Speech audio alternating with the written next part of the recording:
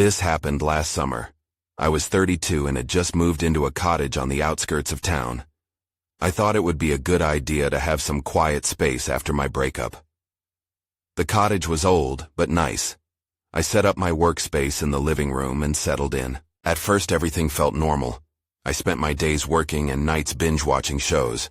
But on the third night, as I lay in bed, I heard it. A faint tapping sound. It got louder, which made me uneasy. I thought maybe it was just the wind. I turned off the lamp. Silence wrapped around me. The tapping continued. I felt a chill, like someone was watching. The next few nights were worse. The tapping became more insistent. I tried to ignore it, but it wouldn't leave my mind. One morning, I found my front door slightly ajar. I was sure I had locked it the night before. Panic hit me in the gut. I looked around the house. Nothing seemed out of place. I wrote it off as a mistake. Maybe I was just careless. Then came the smell.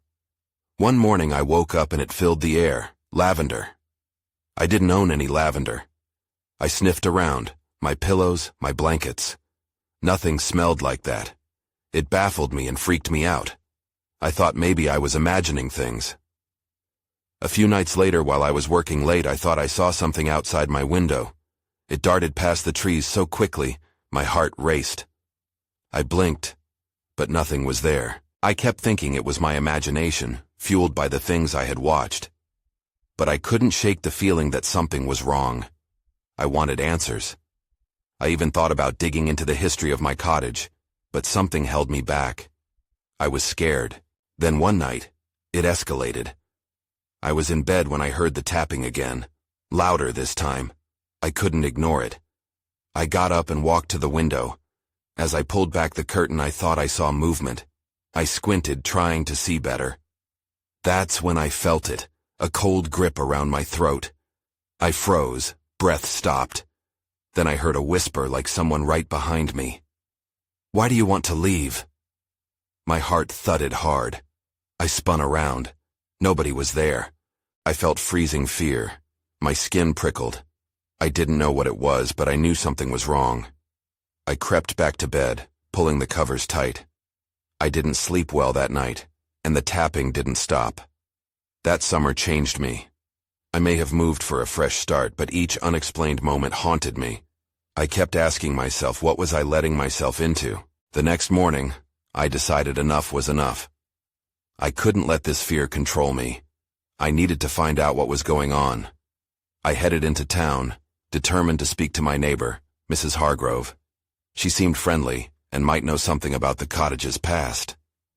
Her house sat a bit nearer the main road, surrounded by bright flowers. I knocked on the door, trying to ignore the nervous knot in my stomach. After what felt like forever, she answered with a warm smile. "Hello there. You must be the new tenant in the old Carter place," she said, her eyes twinkling. I nodded, realizing how nice it was to talk to someone. "Yes, that's me. I was hoping you could help me with something."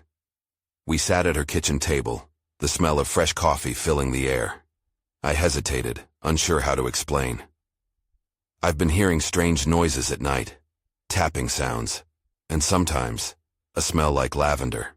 Her expression shifted. "You're not the first," she said softly. "People talk about the Carter place as if it has a spirit. Some say a woman died there long ago. Her name was Eliza. She loved lavender." I stared at her, my heart racing. "But why?" "Some believe she's searching for something she lost. Others seem to think she doesn't want to be forgotten." Mrs. Hargrove's voice was steady, but I could sense her concern. "You should be cautious. The spirit can get restless. It's best to show respect." I didn't know what to say. I thanked her and left, the weight of her words pressing down on me. I needed to know more. As I walked back, the sun felt harsh, and a chill went through me. Later that evening, I tried to push the fear aside. I worked on my laptop, pausing to glance out the window every now and then. The trees swayed gently. Everything looked calm. But then came the tapping again. It was more pronounced this time, almost rhythmic. I took a deep breath and stood up, my heart hammering. I walked toward the sound, which seemed to be coming from the back of the house. I opened the door slowly, the hinges creaking. The air felt different outside, thick and heavy. I stepped onto the porch, scanning the area. Just then, I saw something. A flutter of white out of the corner of my eye. I turned, but nothing was there. I felt the hairs on my neck rise. Then it hit me. I moved quickly to the small shed behind the cottage. The tapping was louder now. It sounded as if it was coming from inside. My hands trembled as I reached for the doorknob. I hesitated. Do I really want to know what's in there? Before I could decide, the tapping stopped. Silence washed over me. Then I heard it again, but this time it was coming from inside the cottage. My breath caught in my throat. Someone, or something, was inside. I backed away from the shed, my heart racing. I wanted to run, but I was frozen, staring at the door of my own home. I needed to find out what was happening. I had no choice. With one last glance at the shed, I turned on my heels and headed back to the house. I didn't know what I would find, but I felt urgency pulsing through me. Something needed to be uncovered, and I was ready to discover what it was. As I entered the cottage, the silence felt heavier than before. The normal creaks and groans of an old house seemed muted, almost as if the very walls were holding their breath. I stepped into the dim hallway, clutching my phone like a lifeline. The tapping had returned, now echoing softly from the living room. "Hello?" I called out, my voice shaky. No reply. The only response was the persistent tapping, almost rhythmic, as if in answer to my question. It was coming from the wall, somewhere near the fireplace. I had the urge to turn and run back outside, but curiosity pushed me forward. I reached the living room, and there it was, the sound intensifying just behind a bookcase. I steadied my breath and approached, feeling the lump in my throat rise with every step. Did I really want to know what was behind that shelf? With a hesitating hand, I touched the edge of the bookcase, feeling the cool wood beneath my fingers. I pulled at it slightly, and to my shock, it creaked open as if it had been waiting for me. A wall of dust surged forth, and I coughed as it enveloped me. Inside the hidden space, I found a small wooden box. It was adorned with carvings of flowers, violets perhaps, not unlike the lavender Mrs. Hargrove had mentioned.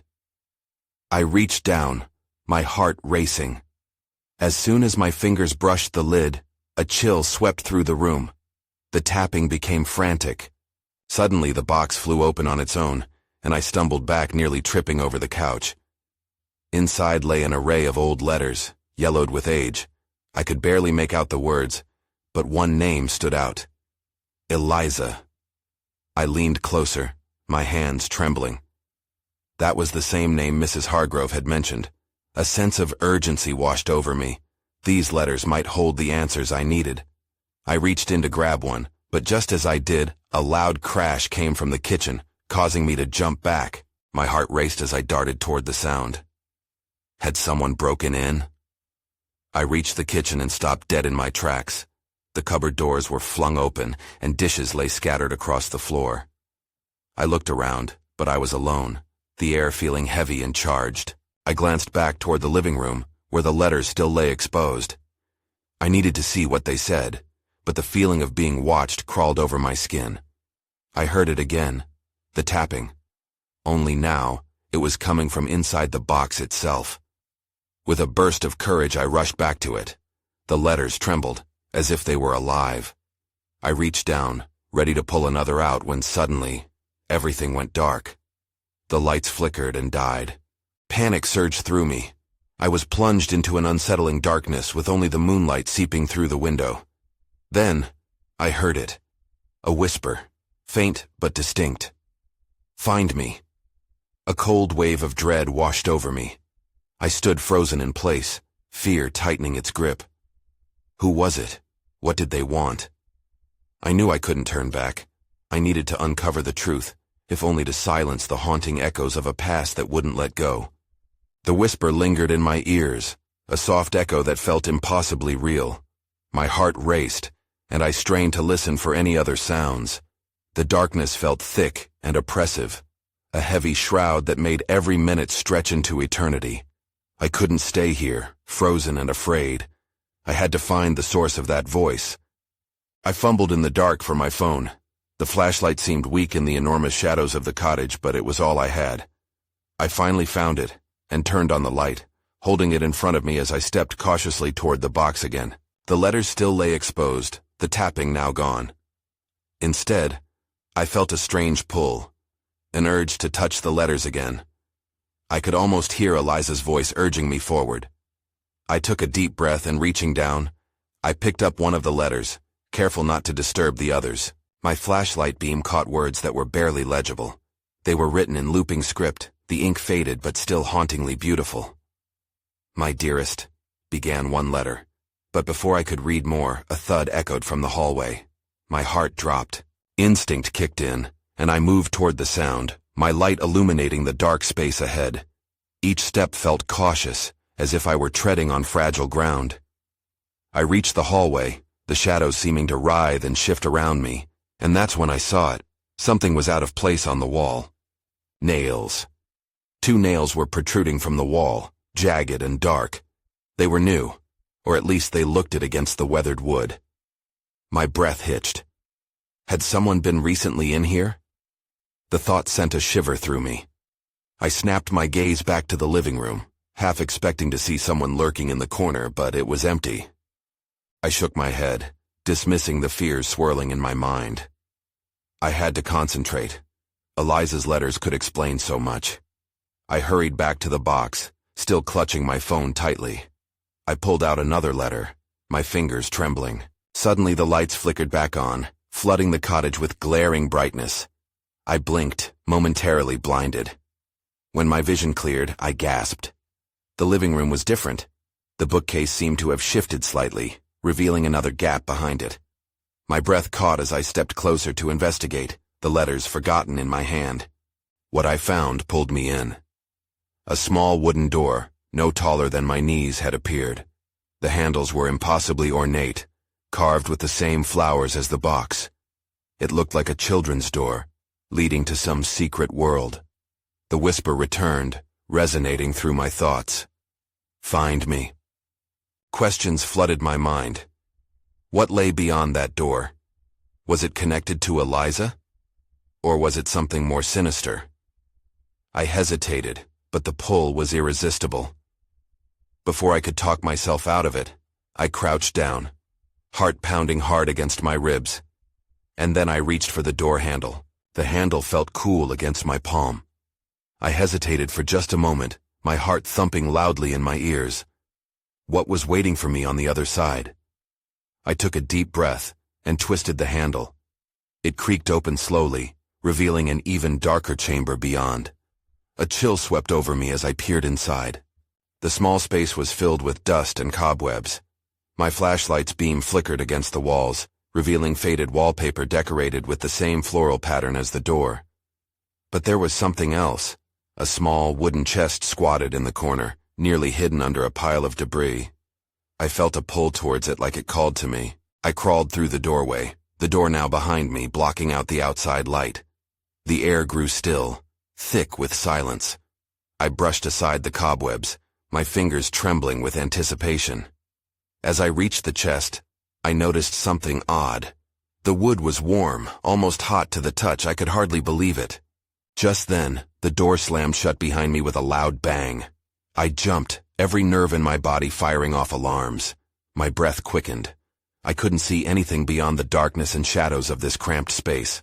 Panic coursed through me, but curiosity kept me rooted in place. I knelt beside the chest and ran my fingers over its surface. There was a latch, simple but sturdy. I fumbled with it, heart pounding wildly, the faint whispers from before echoing in my head. "Find me." I pushed it open, expecting it to protest, but it clicked softly, releasing an almost eerie hush. Inside I found a collection of old trinkets, a delicate locket, a cracked mirror, and a stack of photographs. They were yellowed, the edges frayed. I grabbed the photos first, flipping them over one by one. Most were faded faces I didn't recognize, but one caught my breath. It was a portrait of a young woman who looked remarkably like me. She wore a white dress and had an expression of both joy and sorrow. Confusion washed over me. Who was she? I flipped the photograph over, searching for any clue, but there were no names, no dates. just the image of her stark against the background. Then the lights flickered again, casting eerie shadows around me. I squeezed my eyes shut, trying to push back the growing sense of dread clawing at my insides. Why was this happening? Why was I here? And what connection did I have to that woman? Suddenly I heard the whisper again, clearer this time. "Help me." The voice sounded desperate, filled with longing. My skin prickled as I looked back at the door. It loomed like a dark portal, a barrier I suddenly felt a deep urgency to cross. I glanced back at the chest, weighing the strange contents against the dread creeping through the space. The darkness seemed almost alive, pressing in on me. Just as I decided to stand and make my way back, the photograph slipped from my fingers, floating down to the ground. I leaned down to pick it up, but when I turned back, the door had vanished. Staring into the empty space left behind, fear gripped me. I wasn't just trapped in a small room. Something wasn't right. Just then, a soft laugh echoed through the chamber and I froze. It was the laughter of a child, innocent and playful, yet utterly chilling. I had to get out. My heart raced as I searched the now blank wall where the door had been. "No, no, no," I whispered, panic rising like bile in my throat. I turned back to the chest, desperate for some way out, or an explanation for the strange things unfolding around me. Suddenly the laughter echoed again, this time louder and closer. I had no idea if it was real or imagined, but it sent chills down my spine. I backed away from the chest, my flashlight beam flickering wildly in the dark. I couldn't shake the feeling that I wasn't alone. As I scanned the space, I noticed a shimmer in the dust motes floating in the air. It wasn't just a trick of the light. Something was stirring within the shadows. My breath caught again, and I took a hesitant step towards the source. There, to my right, was a small window, almost entirely covered by the debris. I hurried toward it, hope kindling in my chest. If I could pry it open, maybe I could escape. But the moment my fingers brushed against the old wood, a cold gust of air swept through the chamber. It whirled around me, carrying whispers that felt like icy fingers trailing along my skin. "Why did you come here?" they asked, reverberating in the stillness. "Who are you?" I shouted into the darkness, my voice trembling. I was met with silence, the temperature dropping even lower. I pressed my face closer to the window. I could just make out the faintest outline of the outside world, a misty garden shrouded in fog. I turned around quickly, determination overpowered by fear. I had to find a way out. Just then, my foot caught on something soft. I stumbled, falling onto the floor. Glancing down, I saw it was a small, cracked porcelain doll, her face eerily smiling up at me. The child's laughter erupted again, ringing out like a bell echoing off the walls. "Get away from me!" I yelled, scrambling back. I had to remember the photograph. Maybe it held the key to understanding why I was here. I crawled back to the chest, feeling the warmth of the wood seep into my fingers, but the oppressive air held me back. I opened it again, rummaging through the trinkets. I needed something that would provide answers. My hand brushed against the cracked mirror. It was an odd thing to include in such a treasure trove. I pulled it out, shivering as I wiped the dust away. The reflection showed not just my shocked face, but that of the woman from the photograph standing behind me. Was she real? I spun around, but there was only darkness. "Help me," the whisper came again, clearer, almost breaking my resolve. Then I saw the doll move. Its head turned slowly, and just as I opened my mouth to scream, everything went dark. The flashlight flickered and died, plunging me into the absolute blackness. My pulse raced as I felt a presence closing in. I couldn't breathe. It was suffocating. "No!" I gasped, reaching out blindly. I had to find a way to escape this nightmare. In that suffocating silence, I felt something cold latch onto my wrist. Gripped with fear, I jerked my arm away, but the grip tightened. I had to fight. I had to get out. What had I summoned in this cursed chamber?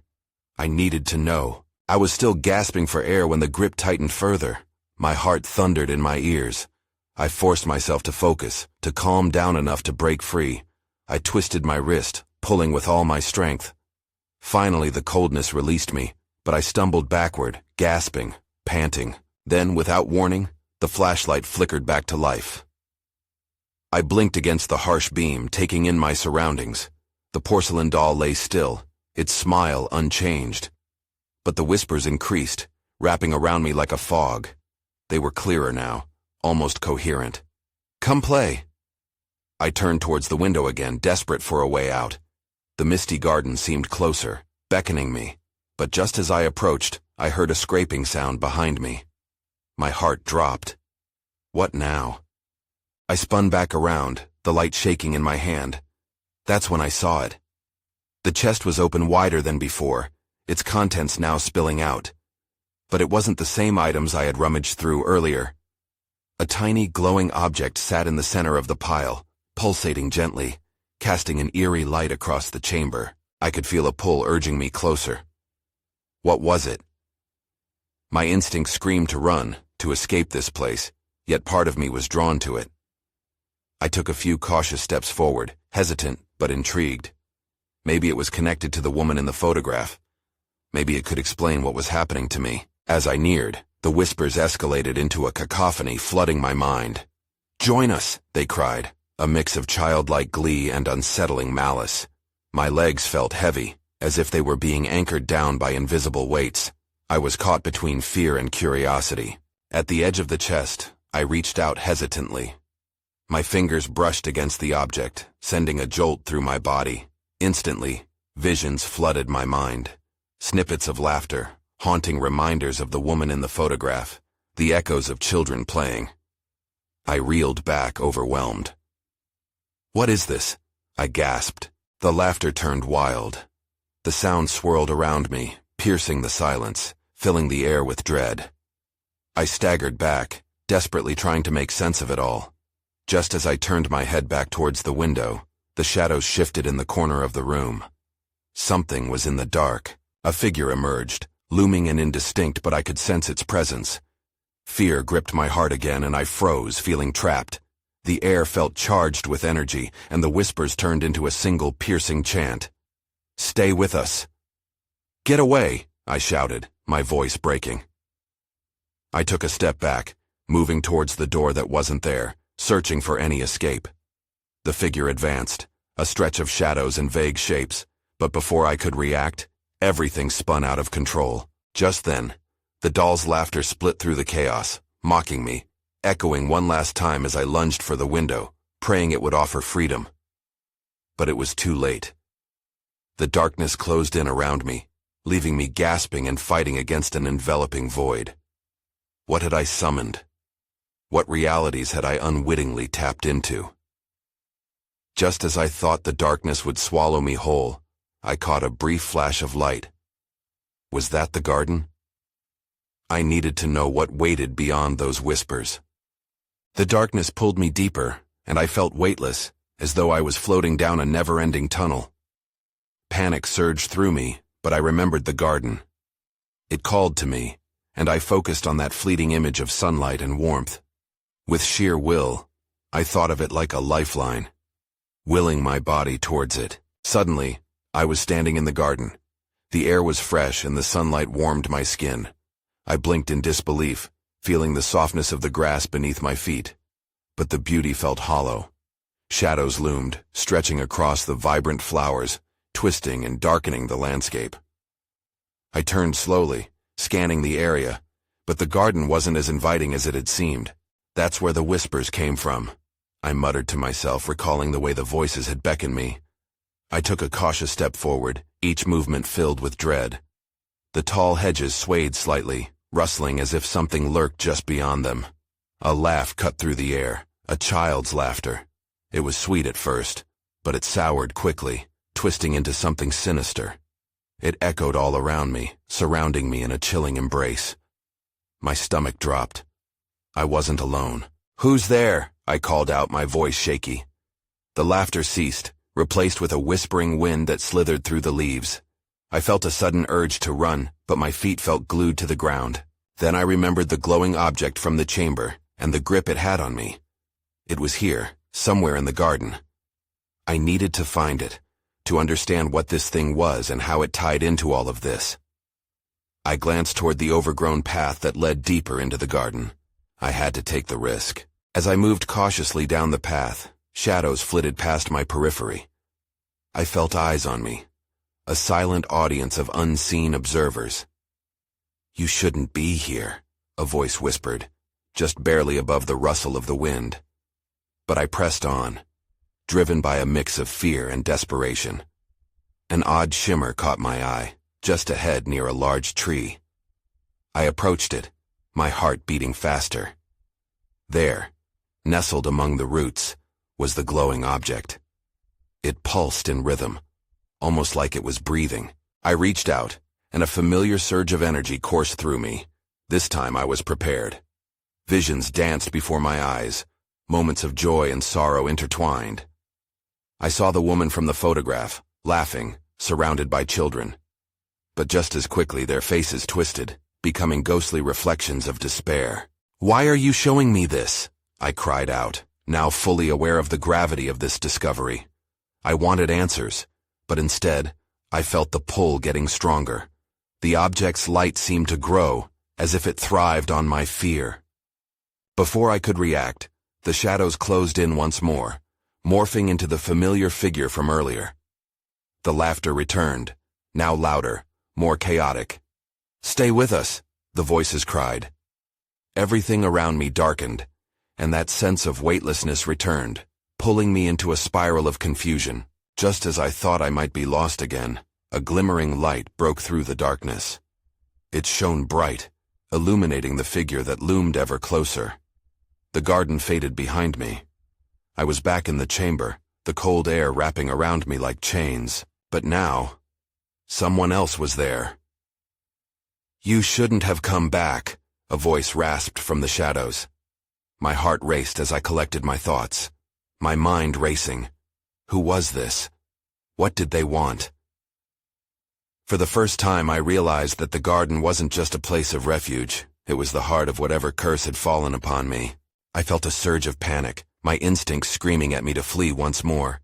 But deeper questions burned within me. Who were these voices, and what was I really dealing with? The air thickened, and I realized only one thing was certain. I was far from escape. I was still reeling from the voice in the shadows, but I had little time to dwell on it. My instincts kicked in, and I backed away slowly, keeping my eyes fixed on where the voice had come from. The room was dim, with the only light emanating from the glowing object still in my hands. "Who are you?" I asked, my voice barely above a whisper. My heart thudded violently, echoing in the silence of the chamber. I felt like I was trapped in a dream, unable to wake up. "Answers come at a price," the voice replied. It was closer now, and the shadows began to twist as if they had a life of their own. "You must decide if you're ready to pay." The shadows coiled around my legs like ivy, and a chill enveloped me. I wanted to run, to escape, but something deeper held me steady. I had already been dragged into this mess. What more did I have to lose? "Ready to pay?" I echoed, struggling to grasp what that meant. I thought of the garden, the whispers, and the glowing object. I thought of all the questions that had burdened me since I had found my way into this place. "What's the price?" The voice didn't answer. Instead, a figure emerged from the darkness, stepping into the light. It was tall and cloaked, features hidden beneath a heavy hood. I could only see the hint of a face glinting in the dimness, hollow cheekbones, a pointed chin, and eyes that seemed to glow with an otherworldly light. "I am the keeper of this balance," the figure said, voice smooth yet laced with malice. "You seek truth, but truths can shatter you. Are you prepared for the pieces that remain?" I clenched the glowing object tighter, feeling its warmth in my palms. "Tell me what I need to know," I demanded, feeling both desperate and foolish for raising my voice. The figure tilted his head, as if amused by my bravado. "All things are connected," he stated simply. "What you seek lies within the garden, between the whispers, but it demands a sacrifice." "A sacrifice?" My stomach twisted at the word. "What kind of sacrifice?" "Your past, far more precious than you realize." The shadows thickened around me, pressing against my skin. What you hold on to will serve you no longer. Fear twisted within me. Memories were all I had left, my family, my childhood, everything I thought was safe. I can't. My voice trembled.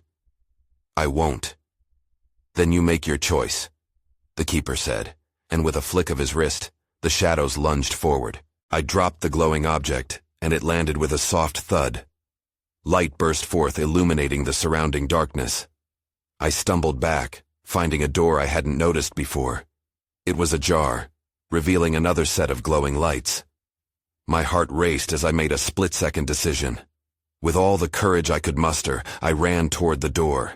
The shadows hissed, clawing at me as I dashed through, desperate to escape. I could feel the temperature drop behind me. They were right on my heels. Just as I reached the threshold, a hand grasped my shoulder and everything went dark again. The lights blinked out, swallowed by blackness. That was when I heard the laughter, the familiar laughter. But this time, it wasn't a child's laugh. It was something darker, echoing and mocking. I was back in the garden, and the whispers had returned, now shrill and urgent. "What are you willing to lose?" they taunted. Panic surged within me as I realized I was running out of time to answer. The laughter never ceased. It echoed through the misty garden, blending with the whispers that surrounded me, growing more chaotic by the second. My heart raced, a desperate rhythm matching the turmoil around me. "What do you want from me?"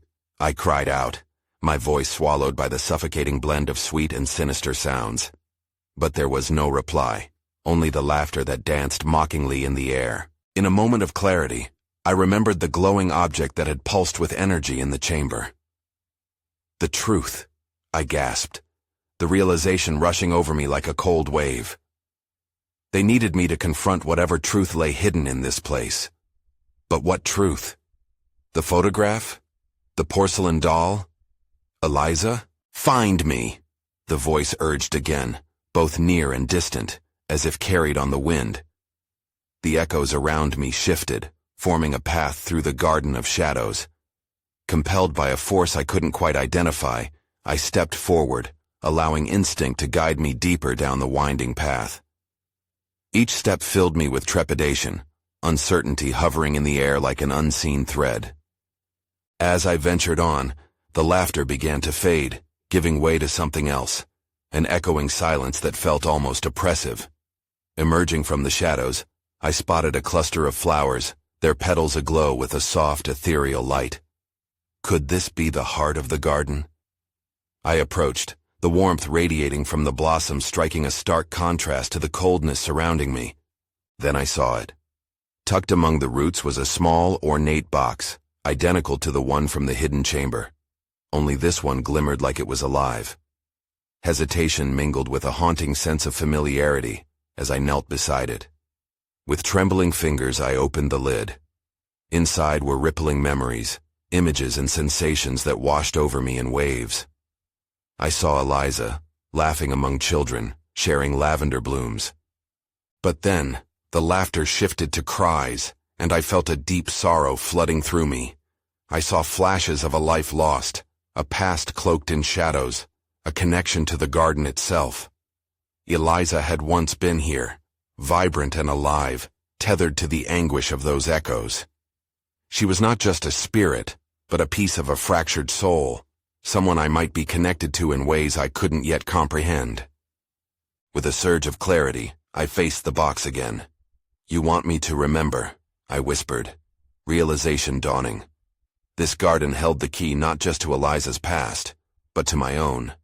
It was a tether, drawing us both back to the light that lingered just beyond despair. The laughter returned, louder, almost feral, demanding. "What will you become?" the shadows hissed, twisting in the corners of my vision. I couldn't ignore it any longer. I couldn't let them consume me. "I won't become what you want," I shouted, my voice rising against the thrumming chaos. "I will not lose my past." In that instant, the glowing flowers around me erupted into a cascade of brilliant light. I felt as if the garden was breathing with me, an answering pulse vibrating through the ground. The laughter waned, flickering out, replaced by a soft melody that wrapped around me like a blanket of calm, but something was still off. As the light enveloped me, I felt that cold grip return, tightening around my throat. Out of the corner of my eye, I glimpsed the figure lurking just beyond the flowers, the cloaked shadow, now watching intently. The keeper's voice echoed once more. Every choice has a consequence. Suddenly everything shifted. My feet lost their grip on the grass and I was thrown backward, away from the light, the box snapping shut. The shadows lunged, pulling me back toward the depths of the garden. "No!" I shouted, fighting against their will, desperation clawing at my insides. And then there came a bright flash, a firework of light, and everything froze. I opened my eyes, gasping for air as I found myself sprawled on the floor of my cottage, the soft glow of the room still lingering through the window. Confusion washed over me as I struggled to collect my thoughts. The tapping had ceased. The whispers were gone, but the letters were still scattered about, the box sitting innocuously atop the table. Shakily, I reached for it, my fingers brushing against the surface. I had escaped the garden, but what had I left behind? The haunting laughter was still echoing in my mind. Maybe I had found the semblance of peace, but was it only temporary? I moved to the window, pulling aside the curtain. The garden remained unchanged, an unseen threshold filled with echoes that still called out to me. I never went back to that cottage. I packed my things within the week, but those shadows seemed to cling to my thoughts, lingering in the corners of my mind long after I had moved away. Mrs. Hargrove called occasionally, and I always found myself wondering how much of that garden still existed. As I settled into a new city, a different life, I tried to forget. But what resonated the loudest was that laughter, the echoes of a past that lingered beneath the surface, reminding me of the garden I had narrowly escaped, and the truth that still remained cloaked in shadows. Would I one day find the courage to uncover it, or was this mystery meant to haunt me forever? The question stayed with me, unanswered, a lingering curiosity that kept me on the edge of unease.